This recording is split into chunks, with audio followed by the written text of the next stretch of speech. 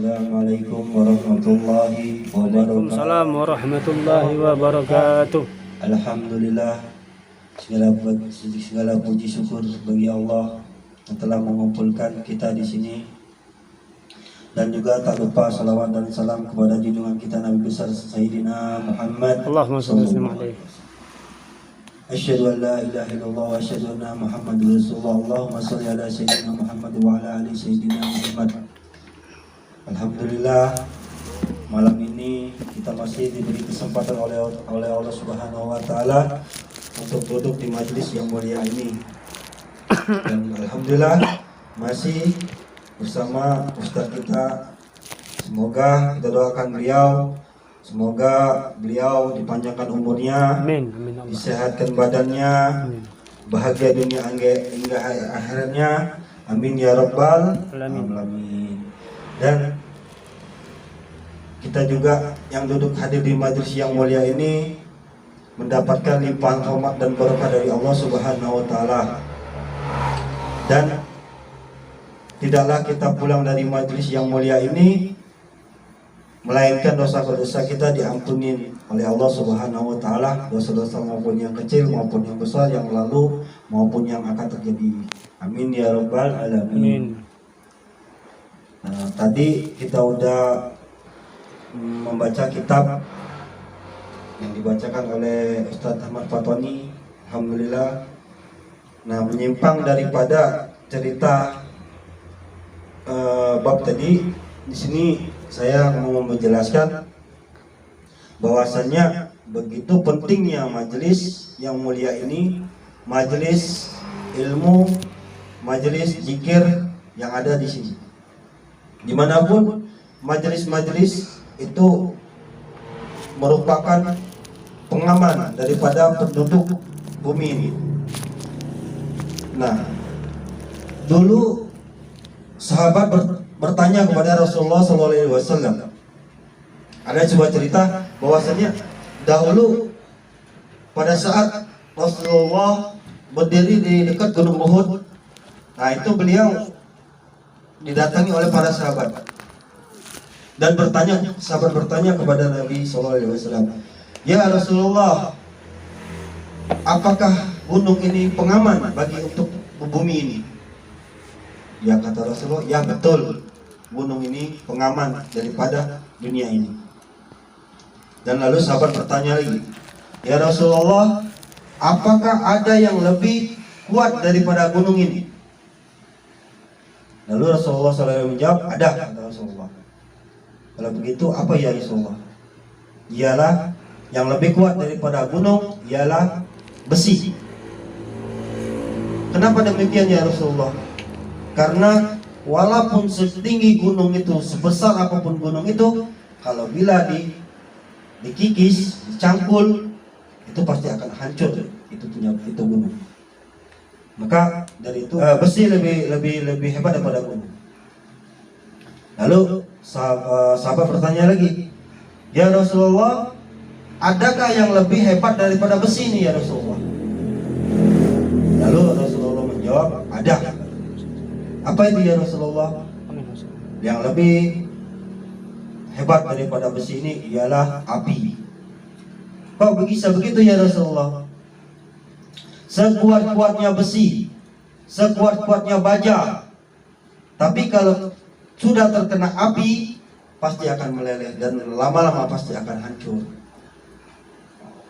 Nah, setelah itu sahabat penasaran, masih bertanya, adakah yang lebih hebat dari api ini?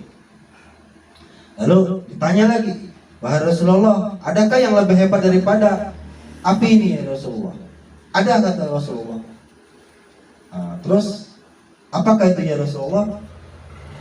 Yang lebih hebat daripada api ialah air, kata Rasulullah SAW. Kenapa bisa begitu ya Rasulullah? Kenapa bisa lebih hebat lah api lebih hebat air daripada api ya Rasulullah? Karena sehebat-hebat pun api membakar, sehebat-hebat apapun dia bergelora, membara, tapi tak kalah terkena oleh air, pasti dia padam. Nah, lalu setelah itu sahabat diam. sahabat juga masih mikir, pasti di atas ini ada yang lebih hebat lagi nih. Lalu ditanya lagi, masih ngeyel ini sahabat, bertanya lagi, ya Rasulullah, adakah yang lebih hebat lagi ya Rasulullah daripada air ini tadi ya Rasulullah?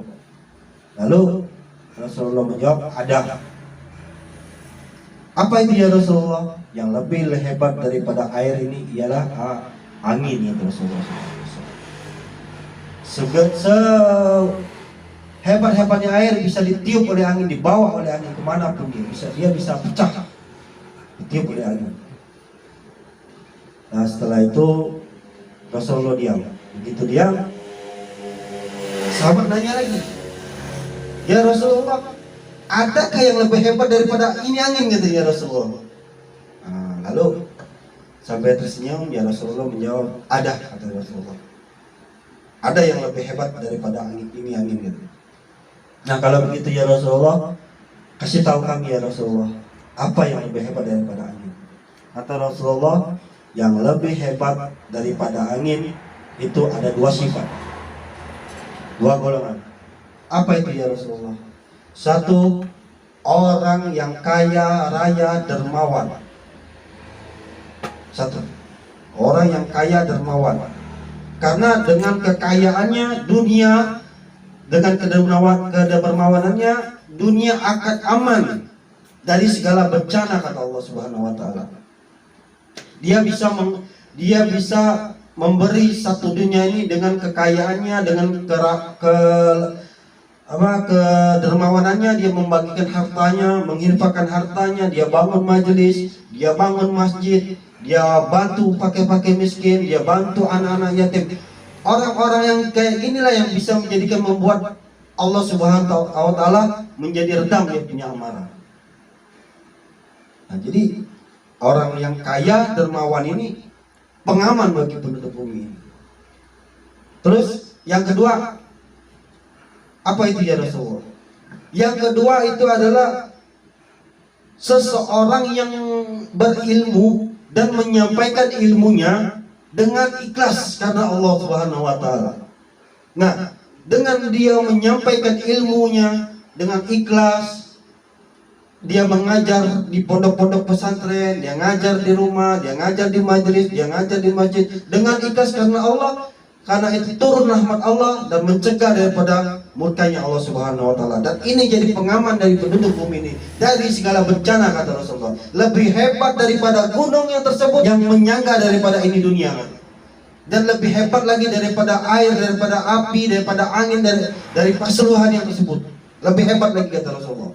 Itu lebih mengamankan bumi ini. Apabila ada dua kategori ini, itulah pengaman penduduk bumi ini. Karena apa? Karena dengan ilmunya, dengan hartanya, dengan keikhlasannya, itu bisa membuat keamanan dari segala macam bencana. Nah, alhamdulillah kita dapat sedikit segelumit inilah yang bisa saya sampaikan. Semoga bermanfaat. Amin ya rabbal alamin. Kurang lebih mohon maaf. Kepada Allah saya mohon ampun. Subhanallah bihamdi, subhanakallah bihamdika, asyhadu an la ilaha illa anta, nastaghfiruka wa atubu ilaik. Assalamualaikum warahmatullahi wabarakatuh.